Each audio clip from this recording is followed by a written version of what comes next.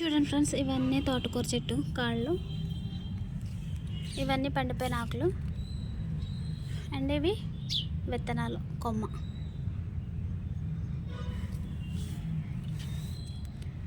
చూడండి ఫ్రెండ్స్, ఆకులు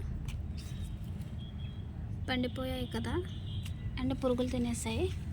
సో వీటికి విత్తనాలు వచ్చేస్తున్నాయి, బట్ నేను ఉంచలేదు. ఇలా కట్ చేస్తే కొంచెం ఫ్రెష్ చిగురు వస్తుంది అంటారు సైడ్ నుంచి, అందుకని ఇవి మొత్తం కట్ చేస్తాను.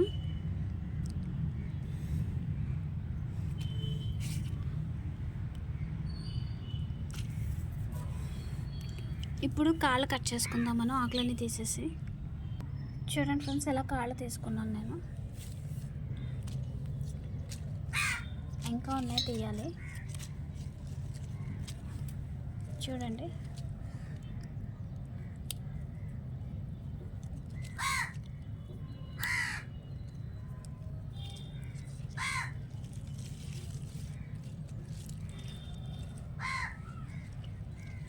చూడండి ఫ్రెండ్స్, మన కాళ్ళు తీసేటప్పుడు ఇలా పీసులా వస్తుంది చూసారా.